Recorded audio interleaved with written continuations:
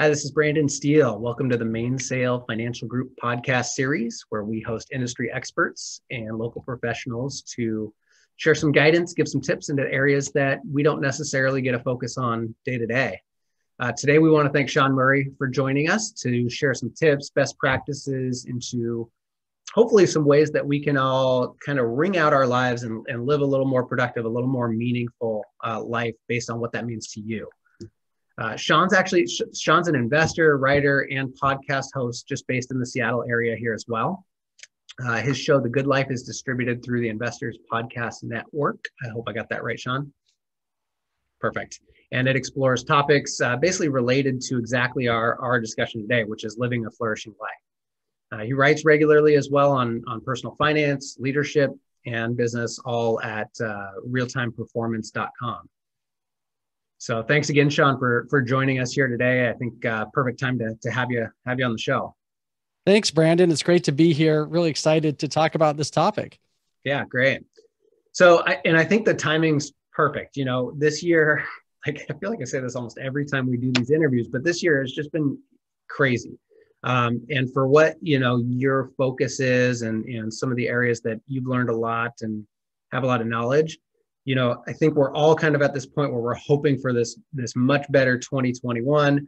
But it's obviously a really good time to sit down and kind of share some insights from the folks that you've talked to, from your personal experience in terms of, what we can do to try and finish the year strong and move into a good next year.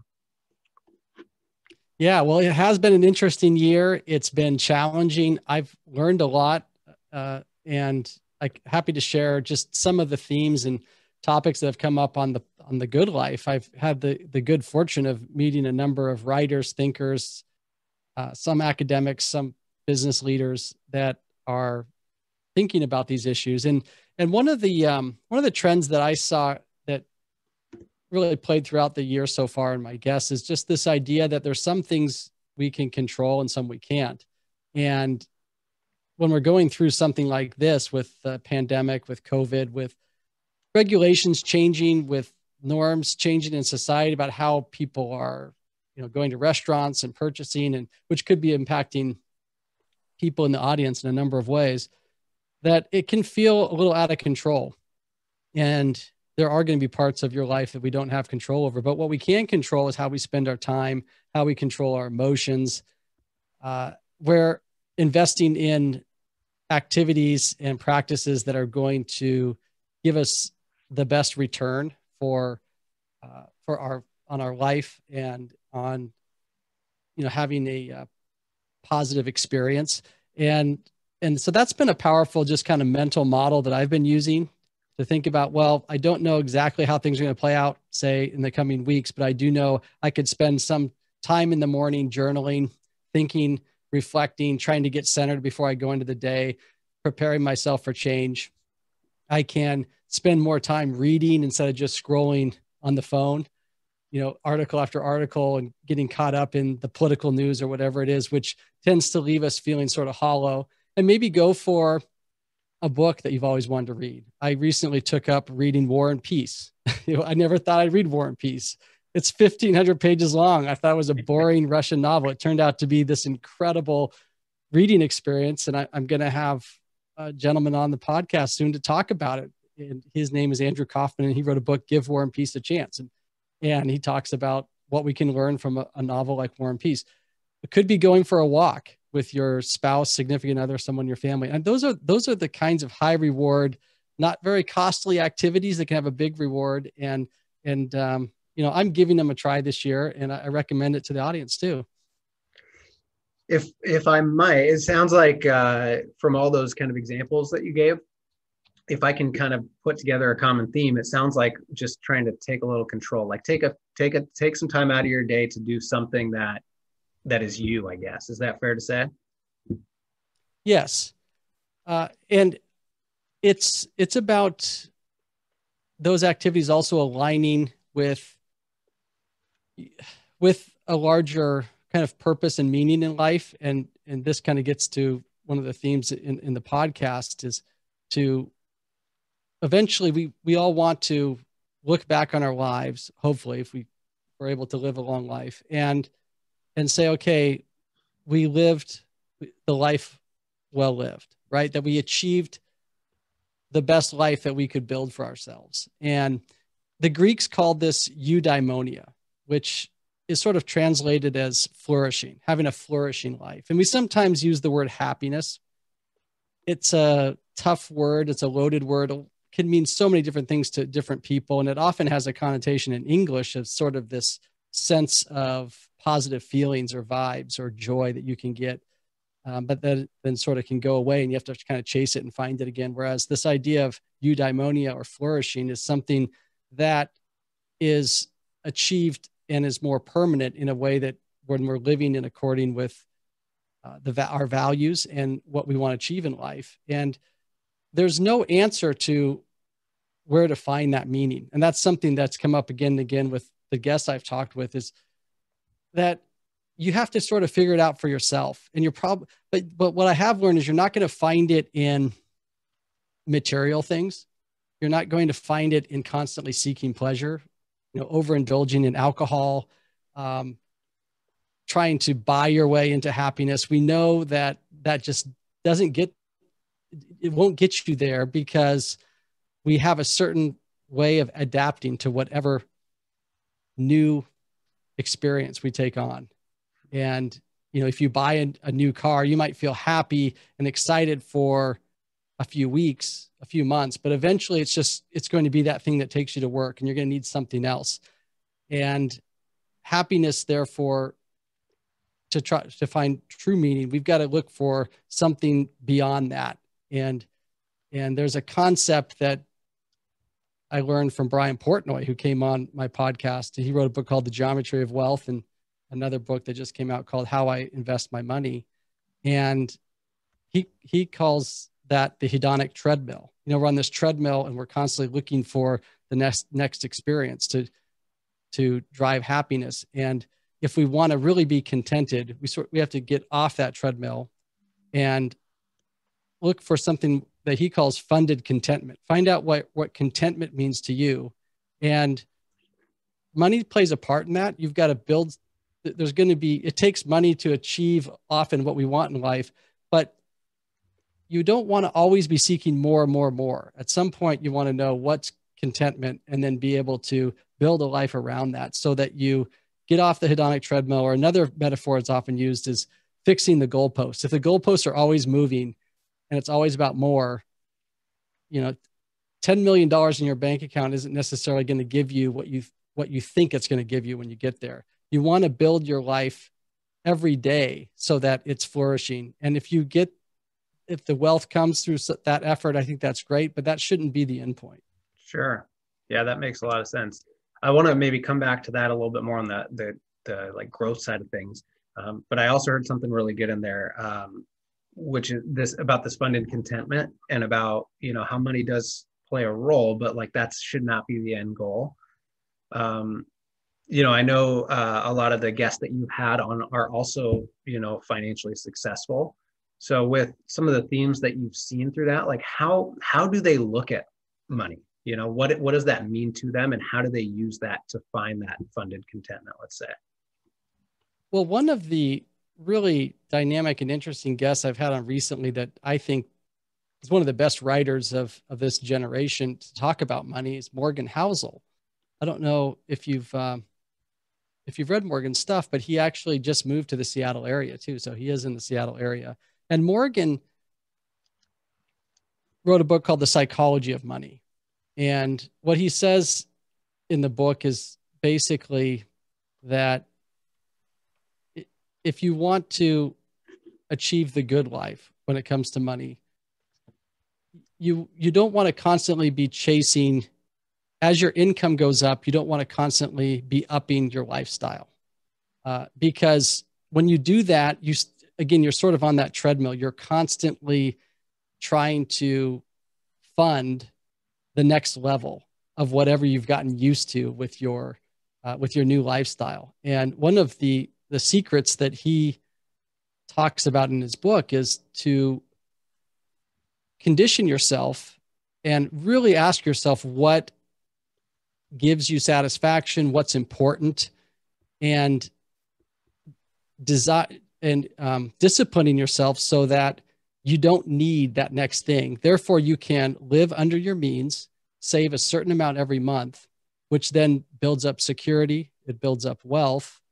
And wealth for Morgan, and I really like the way he looks at it, is the ability to have options in your life so that you control your time, so that you, if you want to retire early, if you want to go pursue some other activity, maybe writing, maybe hiking the Pacific Crest Trail, I don't know, or maybe spending more time in relationships, whatever it is, that you have the option. Or maybe it's continue to pursue your career goals, but you know you're doing it because you want to. It's coming from this intrinsic motivated place. And so I think that that's a sound way to think about money. Money is important. It's not necessarily going to buy you happiness. A certain amount of money is required to get to the base level of happiness, but to go from base level happiness to a flourishing life, it's not your bank account that's going to get you there. It's this other stuff. It's the psychology. It's the mindset. It's really taking a step back and thinking about what's important in your life and then designing your life around that. Sure. Yeah, that's really good. And I think, you mentioned basically using it as a resource to create the freedom and what you want to, the life to control time, basically, which I think personally that time is, a bigger asset, honestly, in the first place. Can you maybe talk to how those two interact and do you see where I'm going with that? Like what, how they also look, some of these folks look at time as well. Yeah. I mean, time is this really fascinating element, and it's hard to sometimes describe. If I said to you, Brandon, tell me exactly what time is, it's one of those things where it's like, well, I kind of know what it is. It's the hours that go by. You can measure it with your clock. It's how we measure our days and weeks and calendars and whatnot. But what's interesting about time is that everybody is subject to the same limitations in that no one is guaranteed that time in the future. We don't know how many days we have, and we can't pile it up. It's not like, I think about Jeff Bezos and his net worth compared to my net worth. He's got multiples of the net worth, but he still only has so many hours in the week, the same number of hours in the week that I have. He has 24 hours a day. And that's a great equalizer. And we often devalue our time, or maybe I should say undervalue our time. We give it away more than we should. And that's what Morgan is getting at with this idea of wealth, is that with a certain amount of wealth, you then control your time, which really is the essence of your life. If you're going to live a life, it is composed of days, moments, how you spend it, how you reflect and spend your thoughts. That is what your life is made up of. And so Morgan is really valuing having control over that. And to him, that's what wealth is. It's not a Lamborghini. It's not a 5,000 square foot house. It's not being able to go to some fancy vacation in Europe every year. It's about controlling his life. Sure. Okay. Yeah, that's great. I think that as we kind of blur the lines here between finance and money, and I know that your podcast has kind of that focus as well. So this is all really good. I think we're getting a lot into behavioral finance to some degree as we talk about some of these things. Can you maybe share, I guess, your 2 cents as far as how that plays a role and what, how we can maybe use these resources to the best of our ability to create that life that we want, not just more, if that makes sense, where I'm going with that? Yeah. Well, first of all, with behavioral finance, I'm a big proponent of behavioral finance. I think the behavioral element in finance is extremely important. It's more important than most people realize. I think Buffett has a great quote. It's something like, it's not IQ points that's going to make you a great investor. As long as you have a standard level of IQ and you can do basic math and you can understand accounting and you understand the basics of business, you can look at a business and and you can look at your personal finances and make quality decisions. It's more about the right temperament and the right mindset to achieve wealth and happiness, and also to be a good investor. I mean, one of the great examples of history is Sir Isaac Newton, probably the greatest scientist ever, and a genius who invented calculus and discovered the laws of gravity and whatnot in Principia Mathematica. He was a poor investor. He invested in the South Sea bubble and lost a huge portion of his finances because he was caught up in greed at the time. And understanding greed and risk and fear and those sorts of things are really important. And that's what behavioral finance is about. It's about knowing how humans make decisions, what some of our weaknesses are around decision making, and being able to control our psychology and our mindset when we go into making financial decisions, making decisions about our life, so that we make the best decision in the long term. Okay. Yeah, that makes a lot of sense. I think that's why that's an area where, you know, we kind of come into play a lot for our clients, and why a lot of people may work with somebody. A lot of times it's not necessarily just the what to do. It's making sure it gets done. It's that accountability. It's, you know, staying focused. It's all that stuff that you can't really, you know, put numbers to, I guess. Well, I think, yeah, that's exactly it. And having someone to help the average professional think about the investing side of their life, there's a value to that. Having someone help you think through those issues, teach people about the proper mindset. You can get caught up in greed and speculation when you find out your neighbor invested in Tesla, and all of a sudden is bragging about the returns, and you're sitting there going, well, gosh, you know, why didn't I speculate on, why didn't I invest in Tesla? And maybe, you know, when it comes down to making a decision like that, being overly influenced by this information from your neighbor is not a good idea. That's what behavioral finance would say. If you want to invest, I kind of put that in quotes, in Tesla, you're going to want to understand that company and have some concept of the intrinsic value. And you're going to want to know that what you're paying today is less than that intrinsic value because there's a margin of safety and all these things that, you know, most people don't take the time to get that far into the analysis. They just think, my neighbor is getting richer than I am. I'm smarter than him. This isn't right. I'm going to do something right now, you know, and that's when you get in trouble. Yeah. Sean, you see me laughing quite a bit as you go through that. I mean, this year, I think of all years was saw that so much this year because of that kind of huge, quick recovery that we saw back in March there. You know, there was more of that this year than I think I've seen in the past 10 years before that. Yeah. Oh yeah. It was, and that's the thing, that's the market, and you don't know what the market's going to do. And then, so understanding yourself and being able to control your reaction to what the market does is really important. Warren Buffett has a great mental model, actually came from Benjamin Graham, which is Mr. Market. And Mr. Market is this mindset that Buffett recommends investors take towards the market. He says, just imagine the market is, what does he call them? A sort of remarkably accommodating fellow, maybe a business partner of yours, right? That is mutually together, you're a partner in a business. But the thing about this remarkably accommodating fellow is every day he comes in and he gives you a price that he's willing to buy your shares out, or he's willing to share his partnership back to you. And sometimes he gets a little crazy, right? Sometimes he's euphoric and he says, you know, he gets very greedy and the price to buy, sell is very high. But then sometimes he's completely depressed and he's like, the future is terrible and it's very low.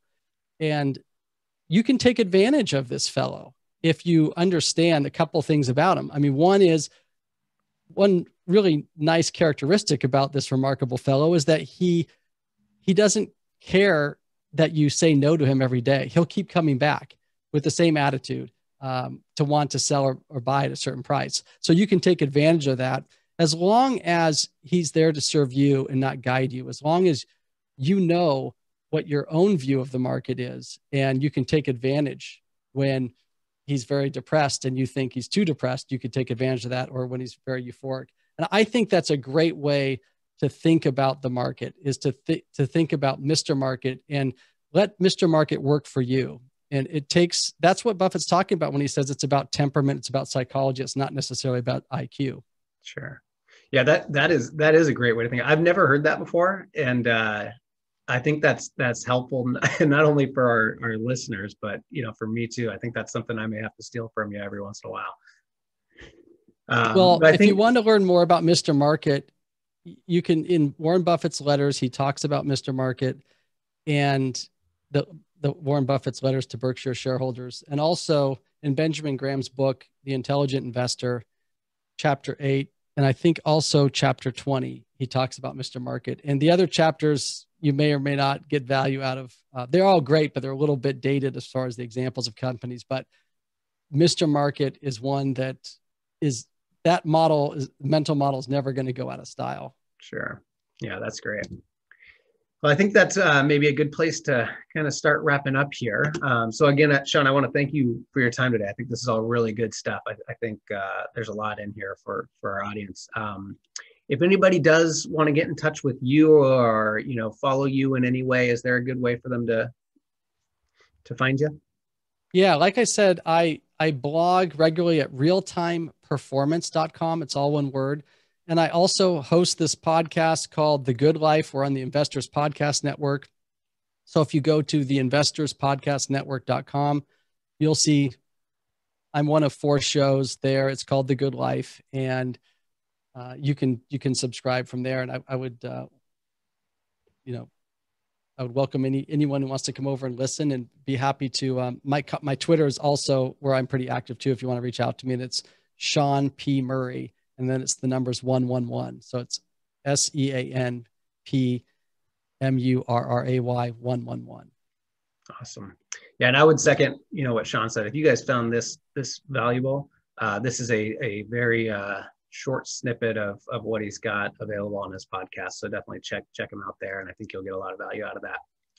So thanks again, Sean, for joining us. Thanks. And obviously, go ahead, Sean. Sorry.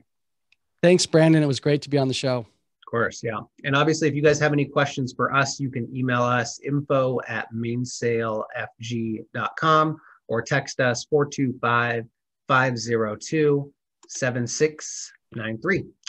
So thanks again, Sean. I think it was really helpful, and appreciate your time. Thanks, Brandon.